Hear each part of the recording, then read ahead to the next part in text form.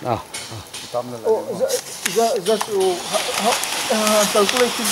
calculate how much is the balloon. Approximate balloon. You are from. He is from CMRI. I am also. My name is Leo from Atanga. 89 passed out. So, just look at something extend up the in-house and look at it. I'm calculate look. No, let me allow. Rồi hết hình tao rồi, quay rồi hết rồi. Những rem được hết là rồi. Kan anh nó rồi. Hết anh đủ rồi. Nó rùa rồi chứ, rút lại rồi đây chung không? Just calculate how much will be the balloon. Approximate balloon. 27 into 8 meter, 8 into that class 3.7 can be. Approximate volume to 800 cubic meter. So only at them to can. Oh. So look at so look at Dr. Somte can hear from blasting expert in there Mapo at Timber level and can take NOIDA HIAN as supervisor in Twin Tower. Anh đi chưa anh đi đúng không?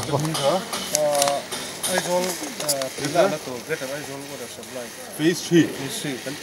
Phase 3 and here tuna AIZAWL KHAWPUI na tui kan momo tam mấy momo nei mang si lo kan kuliko na japo kar ne be khada sangka uthala AIZAWL KHAWPUI na tui kan in the turatan SIPMIU mine la tro 37 million liter per day 37 million liter per day AIZAWL supply the turin ko se ta chon hela khona tur akha I hal thuk ngaya chimi hal to don Dr. Somte kha te ka se photo ha sang ta tangwal ni de chingchip ko la ni ya se bo ching ka se na chang chingchip ko ka hung si gaw na min chingchip ba trenga thel san thei thel thui thei ti ka to se do Somte ti hela I plan dan ha mi se chin ta ni min in hal to wa ko exam in hal la boin exam ne su ti ka san se ani kan het la ya kan nun kal na chan hi e ta URT ya pura sangan tani a foundation so an lo ti to a isot a maba ka hi no tani kan maba supply a concrete somi RCC wall kan sia matanga ani kan maba ki 27 metaran tani isuan ani tuna kan hu chin atang hian in meter hi dau tho dau na langai ni isuan ami a sei zong lu nghe among lắm lệ lu lắm sấy zong mo a cha zong chu ui tani chu ui thi 8 meter ring tani ti chuan het lai volume zong hi avain approximating 800 cubic meter chon tani masala hemi hi lung kan han hal hian hil pahi apoi mo tani pakhat na chuan lung kan halin vibration siam tani vibration ti chu amor It's one headline here structure. Poi mo lu kan nei ni. Hemi structure hi ne kha Jackwell in the permanent structure ni ya. Di three thei thong tu. Tu ni headline kan har kharin a hor na ta chuan hei stability at se thei ni. Stability chu tu na a foundation to ko a ti wi thei ta khak ta po siam thei ni. Dim lo bak sa kai la kan har churin a hor khan hei sit a ti se thei ya. Chuba ka headline here in structure siam cha tuna hemi ang structure hi tai kan extend don ta hi wire in ta mo chuan a khona kha headline hi hemi hi kan ben thon ngai boka lung kan halin chuan chu mai ba ka hian du tuna lung kan zu headline hian in tui khona turin ta ni a foundation tuna dim lo bak sakin zu khal bak tai la abang kan du lo chin kha ake boi don ani khami ake khan in nakina leak te siam theya stability po siam the stability problem po siam the ta ni chu wangin atlaya asir zai hi perimeter kan tia perimeter het lama so na sir zai on boka ti chuan chu ta chuan in control blasting mang smooth blasting technique kan tia nge knife cutting ang dewin no knife cutting in chemte zai ang theya het lampang kan hal chiat lo tur akha abangka zuk chelo turin long term stability turin kan titani chumi tu chuanin chumi pani poimo de pani tu chuanin SIPMIU ho project ho in hei minum ti sakro an titani chu nang ma mimal ni lawin institute okay mani institute ta ngem hingkha institute CSIR Central Institute of Mining and Fuel Research ania Danbat Central Institute of Mining and Fuel Research teng kan kala chuan hei ka thian pa nia panchanam hemram please give his technical officer ab jaisa bolo Hindi English also will do Hindi also English myself Panchanan Hemram as a technical officer my organization is Central Institute of Mining and Fuel Research Danbat so this is your first visit to Mizoram this is his first visit तो अब कैसे लगता है मुझे डिजाइन ठीक है people cooperation is good people cooperation also good design also good and place also is good tu ma tu samte ka sarta jo tu na khan I tumbera chu akwang ti len ni lavin abantu phun na to foundation siam na tur excavation ka kan lui bed river bed atang hin feeling zat ngai in lo don river bed atang hian ni chuna kan englo chuan ni chuna kan soika 3.7 meter 3.7 meter means feeling zat ngai fit som pani fit som 3.7 fit som panga ang vel ni chu meter sari vel meter red vel cha ahami aing lo cha zong ka meter red ani ta kami cha kham fit som par nga som pro vel kha som pani vel alut don ku ta chu meeting he nan chuan ani ta ne hemi excavation ka chumi hemi excavation kan tanti khanin dim lo baksa ka kan hal chuan so suklam panga bangte so lama so na chiang het lama bo khinga tui kha azul in lo theita ne chuan lupui kan he thiam kan du tan chu khami kha fit som pani vel mo kan du thuk don kha rock bed train chuan meter cubic meter zariat borvel mo kha kan kha approximate khami hal chok tur khan a hal na ko zat nge ting plan dan la ta khan so chin pe ni thum hal tur tia ni mine hal to avine hal le dona nak tu hal le dona ni thum hal tur ka ti ni thum chung ba kan ron pui theilo ni okay man lo wangin kan eng lo man lo 800 cubic meter alo ni ta hole pakhat kan ver hi tu na za khamar kan ti wangin atam bera 1.8 meter 6 feet kan zuk ver da ni the chuan 6 feet kan zuk vera the chuan a ver chunga kha 6 feet ver chunga kha alo bera 30 minute ver ngai ni har sal tu ka mi lum ni a chang phen to se a chan mai ba ka hemi tui aw ma wangin water space aw ta ka khan za khamar manual ni wangin flushing ka drill cutting flushing ka harasata chu wangin a drill chung ringot bo kha harasata ni ti chuanin fit duk angin lo hisab taila let us make estimate for 1.8 meter depth 1.8 meter depth and 35 burden spacing is 0.8 and 0.9 that means around 3 feet no just calculate how much it will be how many holes will be required how many holes will be required 0.8 into 0.9 into 1.8 how much that means this one hole is encountering this much only 1.2 say 1.3 okay no 1.3 so 1.3 cubic so just we are having approximately 800 okay 800 divided by 1.3 800 divided by 1.3 how much 600 minimum 600 holes we have to do that also for the production okay no for production hole but to control along the periphery line periphery line ka eta heavy knife cutting kan ti tur kan 0.8 ti tolo in heta 0.5 apart the spacing ka kan ti tani uluk la zolin point ai an the le zol do anh lo 0.5 kan tia 0.5 in ka danin kan tia ti chuan explosive ka tlem te kan charge ta okay chumi kan charge chuan ka tu na explosive kan charge tam chuan apang lampang ka ake boi do ne chu ngai deuh daw kan ver ta ti chuan ngai deuh daw kan ver wang kan vera ti chuan explosive ka amonga pakhat te kan da chumi nuwa ei ko ngai bamboo mau kan manga mo bamboo spacer air decking okay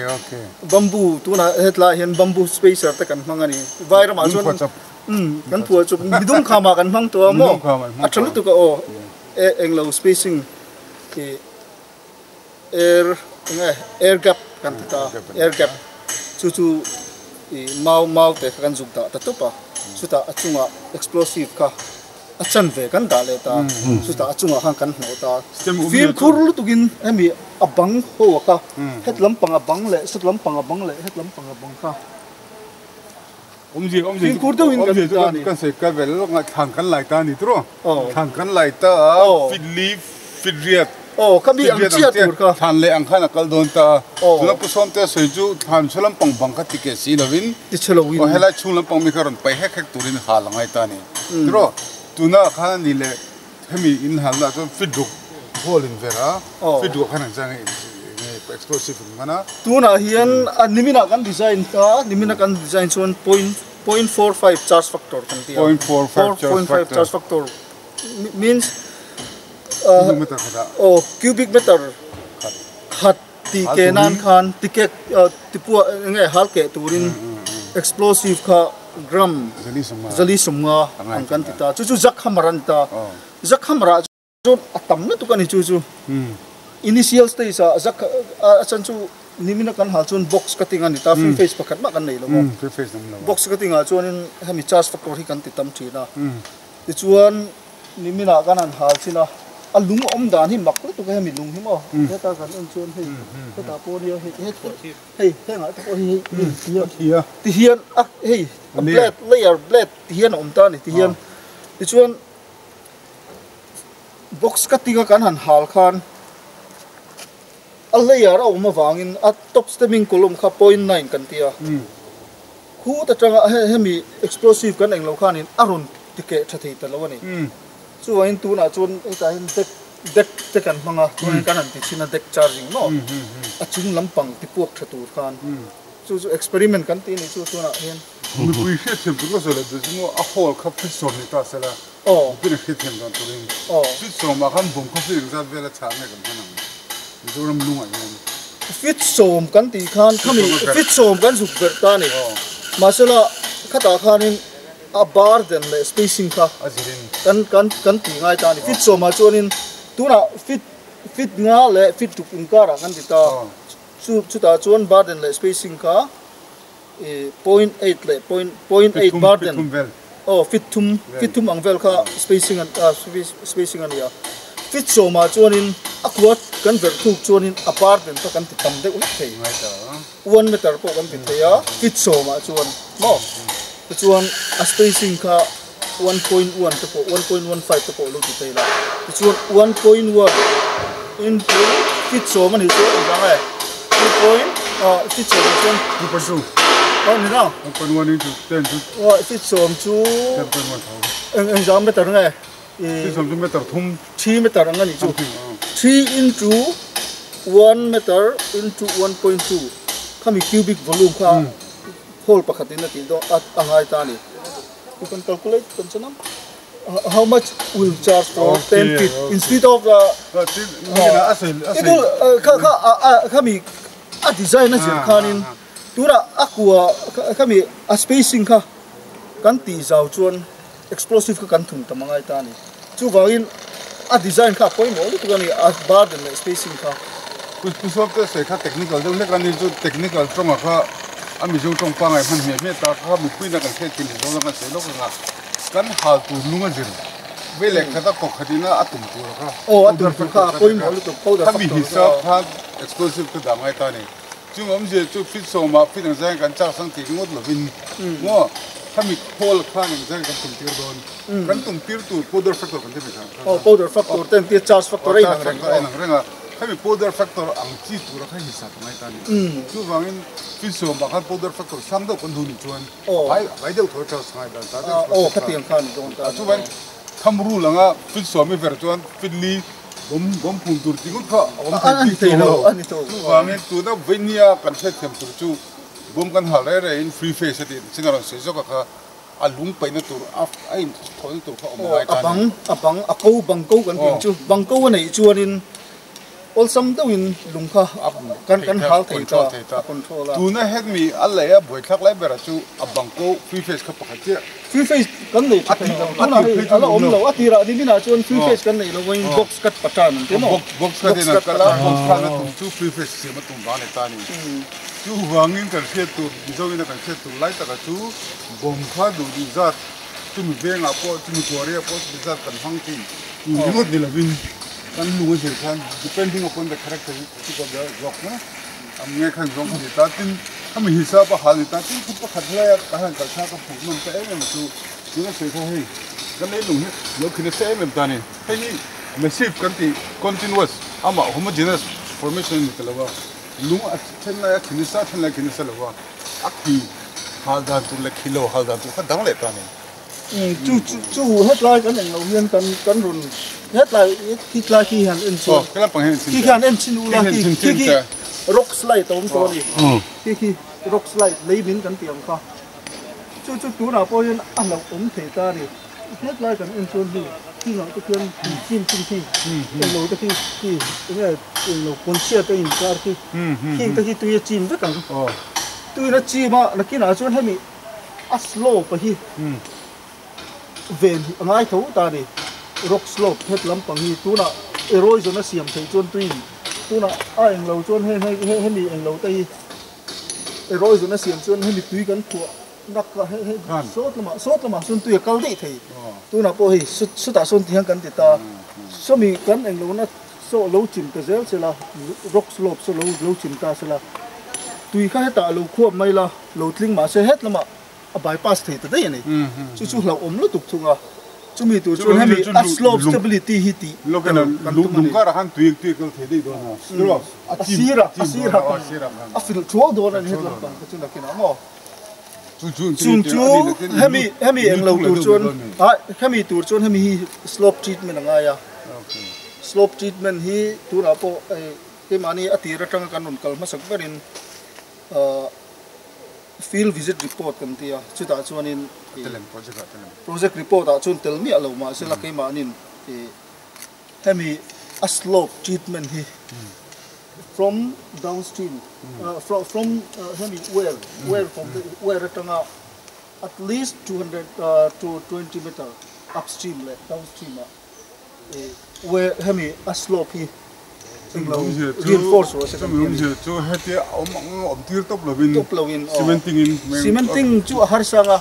dule rock bolt te mang sela mo ma se chu mi tu chuan geotechnical investigation de sela siamen geotechnical investigation nei sela ti chuanin geology te po ar kan nei thal to ka to na chu ho chuan tu na ka so ta so na khia to ka hin kan ti don ta ni hết lại nó cả hiện cái đầu tiên rồi lúc này số là cái là như gần buông thôn gì đâu nhỉ? Cái set lạc luôn tiêm mà, cái tất cả orang Indonesia còn khom lồ chưa đâu. Ok. Set lạc cái set tại industry trong. Nó cái tùy tầm tụi cái nhiều lồ sao đúng không? Khu share lui. Cái trồng cái gì vậy? Ok. Industry lui xong rồi. Chúng thằng chết chúng sẽ phải dùng cái. Ok. Chú mi om je chú som te kan lo top don tong a som te kha hui phang le dut lang kham ron hal tu khani ti kha mi pin kan thera poi mo MIZO angin ka chuang em a changte thang wala ni ka su dang ni chela pu zoram thang te om lo bu ka changte ve ka kan ne chuan ka sei du chu som te hian MIZO pa takin MIZO Christian ru takin MIZO sarkar project kha iron ti pu ni tro lai te ka sei du wa kan thei nai nang lo wa then chu pathen thu se ta kan kala then chu ni chu pathen thu se akal vak lo mi thia blasting lama kala khlai khak wini ka rong kal chan pakhan ni kan lom min pe chu ni nga thil dang se dang ile nei lem hei hi interesting do na lai kan pia hiarin thil pakhat mizoraman man ngai vak lo hemi delay kan mang ta delay kan sil tele lok te ti chuan delay ti om je chu thian kan han ver ka ro hemi atlar klarin kan ver ka ni thian ti chuan delay kan man chuanin atlar pakhat ka voi khata kan halanga ti chuan adot le ka delay mangin mo detonator delay detonator mangin voi khata chuan puak rual vek angina khia tanga masala ro to ro khani na puak don ni apo dan in dot turi siam chu turan tarang sa din ngai hal tura hian tlar exam 1 2 3 4 5 6 row ngani ta lar ru ko ma ti chuan atlar hetla ya fi face masaber hi voi khata puak ka chu mi nuwa chuan after 25 millisecond atlar ni na puak le nga chu mi nuwa 25 millisecond kan da le nga puak le nga ti chuan ato pa hin chuan ta min kan ti kan duai kan englo wangin 25 millisecond aya 15 millisecond kan da a blasting a via duration himo vina kan condition ka selo ka hemi delay blasting te something as delay blasting ka poi mona chu ko tam tak kan ver kan hal kha mal dara kan kes kan hu chu ko somruk som servel hal vene voi khata apuak vek ta ni delay mang talawa control chu van control ni ma dum mo te puak a ron chim ta ne duna pusom te ten hal chu koruk akati karuk kan hal do ne karna ari de tanga millisecond something panga ari ron de tanga control in male ma kha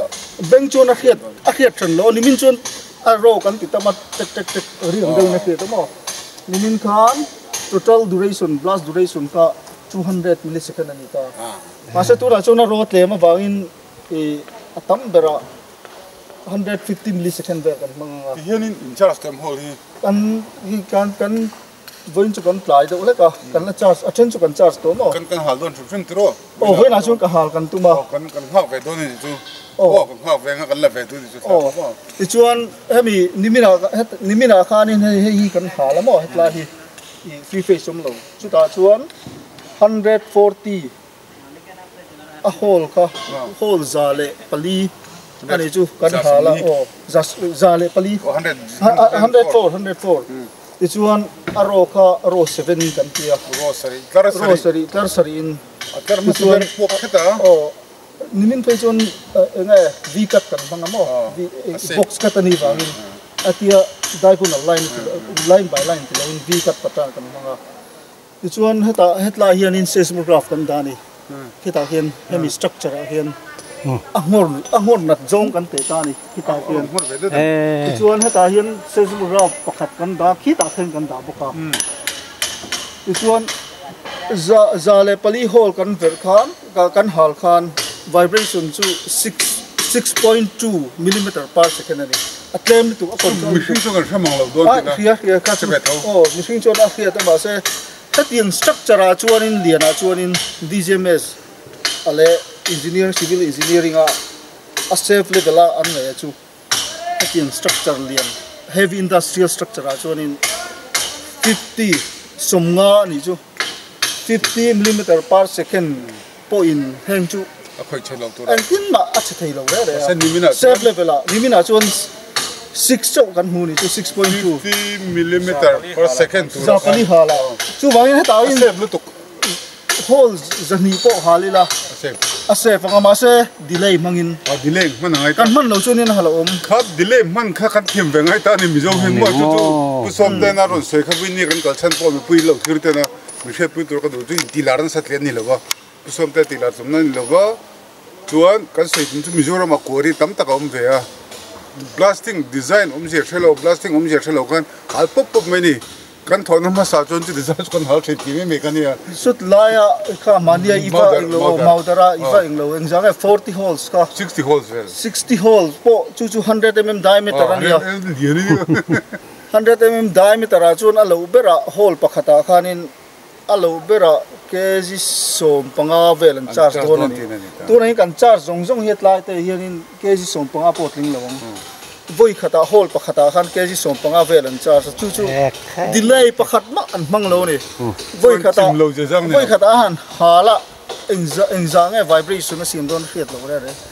tlang kha amur lo thita ni tu wangin tu na kan chek le du tu mi pui som te to sei chang kang ta technical ta mi pui hriat tu kan let ka MIZO kan let leng sai ra tu mi ka sei tum tu kan lung ha ke tu hisab pa khan bom kha da angai ta ni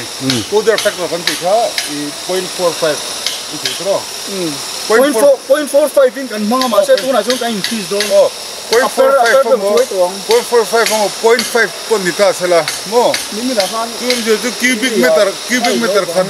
lung lian hal nan khan gram zanga ba explosive ngai lo tin panga kan adi to khan te tu ne om je tu cubic meter khan lung hal nan khan 500 gram explosive ba ngai lo tin ani kama se kha alunga zero ta ni tun apo 0.5 mang do na helai pori angai pori che zo pori lung no zo ma ta po khan kan lo over blasting le tu ramen lo chim lo chi lo ni ti khal ku cho kan tam lo wen ya mo ko kan kan ko thank you so much we'll be watching your blasting ठीक है दो वे ना तुम दीजिए मैं eng lo waro ani kha SIPMIU lampang how to tro SIPMIU an engineer ni ya ti chuan mo hemi englawa het tui khwa het ENKAWL nge tui khop the do na Mizoram AIZAWL KHAWPUI mi ENKAWL nge again a chom zong ti be kha nge kha mi se kha reservoir capacity tu kha tuna hianin a impounding kan ti tura hi river bed atanga 4.2 level ani ta so lai so fresh level so mi kan tin ko do na a tin ko ti lam ka samma kan la te lo wa ti ma yang meter hemi kan uak area cho hi kan la te fela ala a full chun kan la fe lo ma ro chu a chom tu ra hi hemi phase 3 kan an ti documentation reason 37 mld nia how look at sang ni som thum pathum teng hianin so be 37 ml liter makta doi som thum pasari doi zat thum som sari nitin kan chodo ne phase 3 37 ml per million liter per day loi zat thum som kanin de kong ai dai tura ngai dai sang ni som thum pathum teng hian AIZAWL tu kan tin mo ni ami tin na la sang ni le sang som tu na thong je te mi kan ti chuan ti pu be kha ko hai to do lo e number ai ti pu phone number suba kha he project hi intikata ga start nge nia exam nge intika nge complete don he a project sang ni le som tam tan ko a lui ta ka hi chu kan lu lai da wa mi je ko ki tre ni kan wei da wa no cha wer ani da ko mai commission kan tu mun he mun mi pe ka he mars tu sai tu ni dia tu bi tu chon kan la he mi wer kan tu ko a treatment plan le hil dan sa ka di so Indian puro thanga lo ba puro thanga kan sen pa nia ka se photin chu a butu lo puro thanga chu asmat pa de se dua MIZO engineer te hi smart de right do tama tin puro thanga do proson te du som so na chang a ti ko hi chang kam te di tak tak a jong puro thanga khan a poi sa rum ngai se thil tha tak tak ngai to lo ni sela a ti den ga ko or the thil tha tak tak do vain blasting scientist blasting engineer kan nei ro pui ta ka a cha chu ka ko ti a lo so ya son te lo ko ni ta chen lo kha la lam pa nga chen ve kan ti hi ni kum thak song khan kan bas do e to he la khen ve mi no kan ya tro na sa ni he lam structure of to wang mian ka ta ko so ba ga vel ba ki hal kan khal lo a ko che kan lo e ama ka le ti vel minan cha sa ki khata kan ni ti ka chu kan ku de zo ka mar chu he ni sari chung ga lam cho ni a ma phone hi min kan ke foundation a founding level ko kan ti ta ka he foundation chen ka ga ni lung chang an si na ti in kal sel ti lai kha ma amaro chu a vertir le tu chu a chan da hi a chang chu ko ama so investigation kan ti lai a recommended founding level ya kan kal don ka ama mi chu lung chang ang lang do si khan a ke som de ri ma khan foundation han ha bo bolting han ti na si khan mai zel lung mo chẳng xí ôm mấy mấy bộ wedding process mà để mà cái sale sa sunstone trên hi sunstone những trong về đâu sunstone cái mỏ và mình số tiền cần hồi cần thật đi mà cần có thì nó còn khi có cái trong cái vấn đề đó là những lần rồi bị cái này rồi thế thì phán dùng thằng cần về chân về cần hở nó có cái này nó thể có in ni mal ta cái sale là what mình số tiền sẽ cái lâu ngày của ngày mai là ni ăn thuốc lip của nó tốt nó cái ngày mai mà in thuốc nó mình có là phan uống thì cũng ta này chỉ put được là trong bolting ở mỗi trên ở mỗi anh đi treatment hi cái là treatment hi đại bộ lâu rock slide tổng mà thì mà sẽ cần có sẵn sàng ngay mà ngô rồi xong thế hi ngô rồi thiếu cần xếp đàn in anh chị tiếng hay bị twin door NOIDA mi khá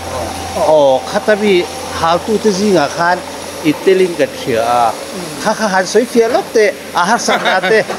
khalai kha min ngai no man ti ve kan mo cái đó cái kami kan cái mani enroll dan cái mani involvement dan chmo Supreme Court in monitor turin min ta ni monitor ti chu a hal dan zong ka a fa in an a design zong te a him don ye don lo ti te a bulve la mi in le lo tam in tam sia chu hu tan chu na him don ye don lo ti ka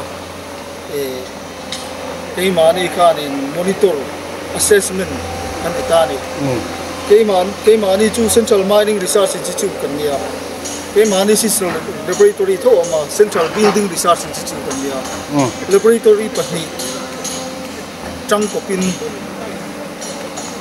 Supreme Court in kami ahal zong ka monitor kan ti chu ne supervision amo purtu bera min dang ni chu masala a design kami ahal dan design tak ti chu heta Z demolition antia South Africa atanga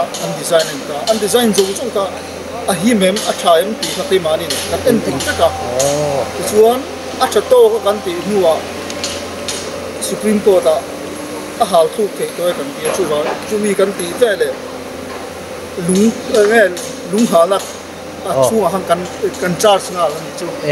chuan ani chu kai ke ma enroll da na chu kan mo ku na sang du ani chu nia le lam lo chata sela kan hal ka lo ta sela amo kurtu bera kan ta ni ani so building a hwal de sia pui sia khal yang huna han hal theini te kha ro pui ka tia chu nia han phiat chian deu lek ti chuan e building kha fel takin in demolish thei ta ti na ani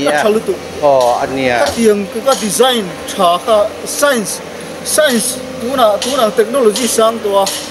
science mangin THLENGA mi alo ti the ni ti fian duang khap in kan hal TURA hen inge KHAWPUI ni na le i ming le ini na te khoi mu na ngai tho kha chiang kwang te le experience ku ming jang nei to ti te kha athiat ve ka ming ka chu di chana ka u ne khiat re no kan u khiat te soyam kan ma si som dia na changte doctor te som dia na doctor chu ei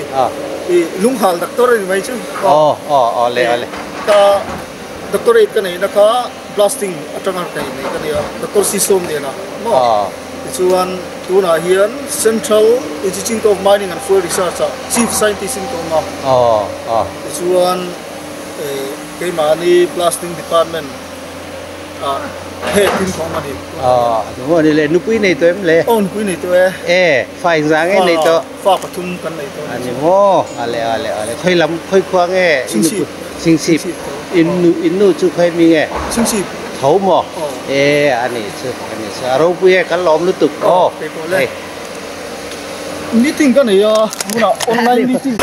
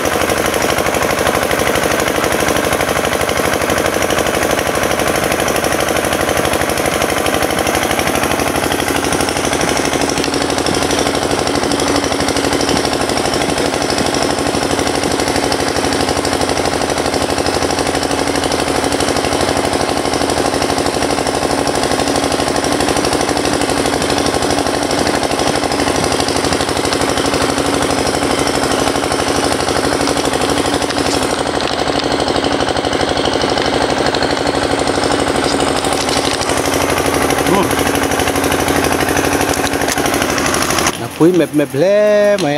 hey SIPMIU ho hi an bei na sa ni mun tina an phakom khop mai an ha kho la athabok si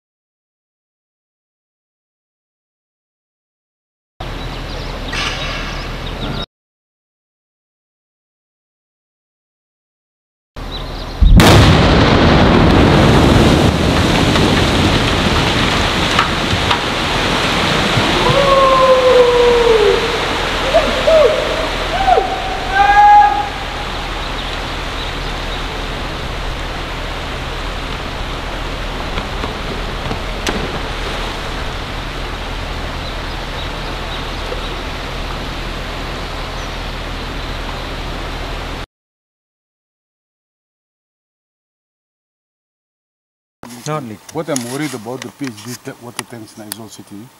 they are on the ground. Okay. So there is no mechanism to ensure that it is not leaking. You understand my point? Yeah, I understand. So 1 lakh cubic meter water is coming into the tank. How much is going out that there is no monitoring? Okay. And Mizoram Yeah, soil condition is very so porous. So thoda tickling ho gaya, matlab it dissolves the soil and becomes very unstable, you know. Yeah.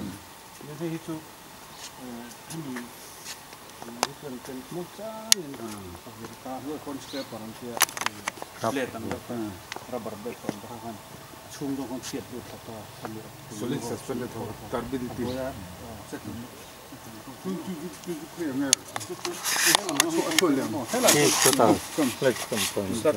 You speak a bit of Mizo? Thora? Good.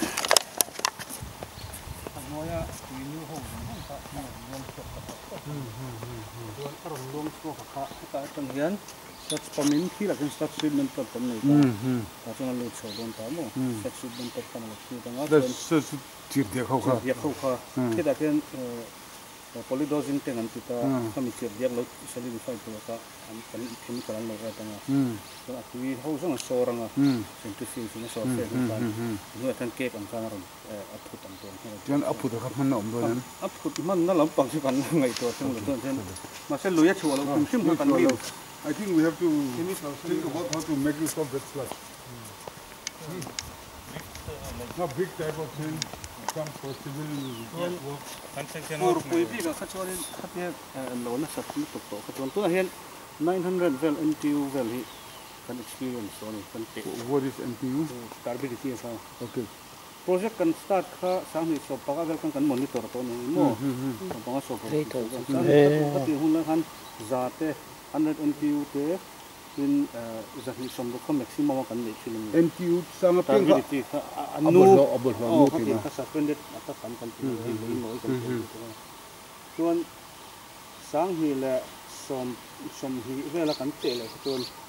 900 kai ba So ideally what should be the maximum NTU? 25 te ga hi chuan in 1000 iron atam to ka chuan in problem of create kan he phase 2 po anulu to ko kami no ka off That's NTU because of the pollution created shield loading so mo so ini han kami aron tam chuan he kalut lo hian ta hen bypass na kan siam ta ni ta hen kan bleed to panga ser so mi setlak lo ma khan chuak to frame for lai chuan tuna atam tham riu ni tam atam tham mo atam to bang for lai kha chuan in a lui pu kha no la khan to kan problem ber chu thalaya chemical ne na luya chua lo kan thalai ti temna chuan chemical kan ni treatment chemical ka tu ya chuak lo kan sludge collection sam kan ti le ta di filter anu ho back was ni ke ti fa pai lo 3% the waste sanga chu sa ni ta ni raw water kan pump hian adanga 37 air kan cái tại cho đi 50 ml diesel kan pop cho don mà sẽ khang cấp tập kha uai sa khana kal ven sem ti chia mo tin ha tiang ama filter back wash ta kan te back wash ten to te hian filter ka zo na tin ba ba drinking water han lang khap ta kan okay kan ta ko hian back wash circulation sam ni ta ka sam hian tu na khela saba kan na kan fa mong ami bi ka da te naมันคิดแต่ผมเฉยมันก็ตุยจุงล่างมันก็ไปเลยคันแค่ตาเห็นด่าเล่นเลยนะที่คันตุยเขาไว้สมัยละคัน3%ก็คันรันโลคัน mining zero waste mining กันเป็นการ zero waste water treatment อันนี้แหละคุยจังเห็นไงเขาเปลี่ยนจังช่วงข้างในดิจิทัลคนแต่ตั้งเฮียนี่พวกปั๊มห้องสมุนไพรมั้งปั๊มเดือนตาดีอ่อนตาตั้งคันอินดัสเทรียลโกลด์เลยรีเวสต์นะเราโปรเจกต์มันได้ไฟนอลโปรเจกต์คุณจะประสิทธิภาพมันจะโปรเจกต์มันได้เดริซาร์วัลคู90.5 lakhs นี่ก็ประสิทธิภาพส่วนที่คืออะไรเรียนด้วยมั้งส่วนผมสูงอ่ะอินดัสเทรียลทั้งที่ฟังแต่ช่วงนี้kami all distribution system akan John laputlang kopi John laputlang alu putang laputlang po outlet and kim arrangement film to pamila chuanin direct in chu lo laputlang kan ka project lo WhatsApp group panna orna kuna kan problem chu vai vakon chuan hun thar sinking zone flame kim problem pipi hemi tang kan tu kichu no mo kote sewerage na pang mo kote ni na okay chu tuna hian komachian tia DC chairman na hian kim chung kha tan department foi tam kan visit to chu ta kan lo chu proposal kan le chu tun immediate AIZAWL tu harsa solve tu chuan overground lei photang chun khi settlement ang mo asangna project kal zela aron lo chuan official mail on sir abo WhatsApp mo tani tuna chun observation ni ka ki sang proposal amaro china is khan tuna kan drinking water domestic water demand kha hemi hi commission ho chuan assault to asaya at least for another 10 years solve to ngai mo 33 ta mo tu tuna hen AIZAWL hi sangni som pariat vel kan base erang kan dan ta achon project kha hang thang pok kan commission ka tuna sangni som pariat ang chut khan 20 ml di vel supply shortage tu mai direct ave nam chu wang chon sangni som thum pathuma chuan hei kan ti lo chuan SIPMIU lende direct ave nam station kan lu chuan ani le tong hi hemi catchment area te water flow ngai to hen a source hi a sufficient angem ral atlet vetel to chu nen teng kan tiang like chu a catchment ki ta thleng lai area me chu hin to lo mo kan rola ti dan solution tong chu ki ta zo bo ka tong ren chen ta tro ani le helai lu khang ngati mo kan te lo na lai kha future skilla share lu e hi tro phase 1 hi phase 1 chakche where chaka khan share lu e kharon lu tan hi public way kha turu lu to kha hei hin kina chuan industrial growth center mong ani sia khatilaya discharge engmo chemical ten lo khoi pal an lo nge siam chu pal production engmo a om pal ka chuan se tu helai industrial growth ni thau khan unwaste disposal kha changkang do an ti na an ti lo pal khom ve thei da ni ke kan lo lak ka kan khala kan ti chuan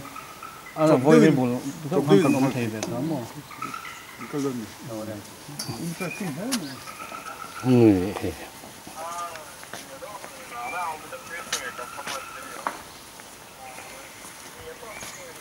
Kalian bypass aku curang shop do tan semua tu. Kila panggen sung han khar ni. Lok bok lo ho ka. Oh. Su thala chun tu dem yang tu pen ve la ni. Mu to lo mo. Itu filter la chun ta. Common manifold. Helai tu hi chu ka po tina. Senior shop. Okay. Hela chok kacang anu THLENGA. Oh, dari jar bara, dari tin kan. What a children, show the Helen, a fight and bed show, filter bed show. Lakin afula huna tuan, itu nanti ambil orang long look itu mi filter. Acunglah waktu scene teh lah, mana mak kosa. Natural lah, bukan orang. Tujuh. In class, one NTU lah, below one more. NTU ni lah. Neptune, stability, NTU mah. Nilai mo. Potong. Ente tui in class hi in zatur nge. One NTU. one velang ah. One velang ngai ni mo. Tujuh isi kan jengkan helai kah terbit NTU kah. 4.9 900 velang kah. share loi bok kha an reference khania palo ani tia tu la lu dui la chuan heta hian impounding tu na werang chete tia na hian direct kha pai de Tho khan yo bang khan. Wer pui lo su pi ma kha. Local ni je usia. Tahan. Info ni lo pe tu antro.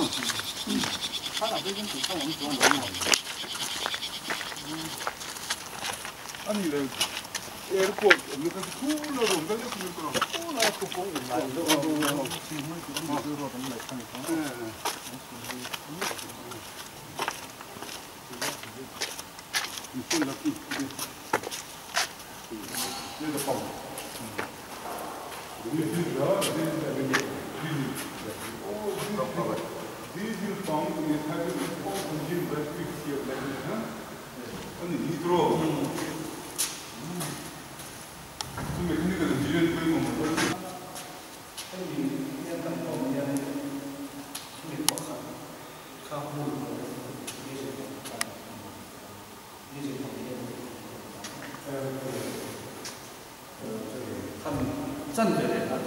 So, Kila kan tu report manager kan hi chok ko so in spite of the fact that the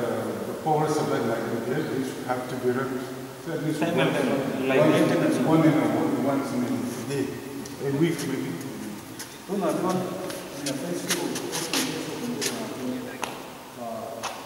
Demand sang ko bang diesel pok am tiam da electric pok full da khan 20 beta 30 ml kan chon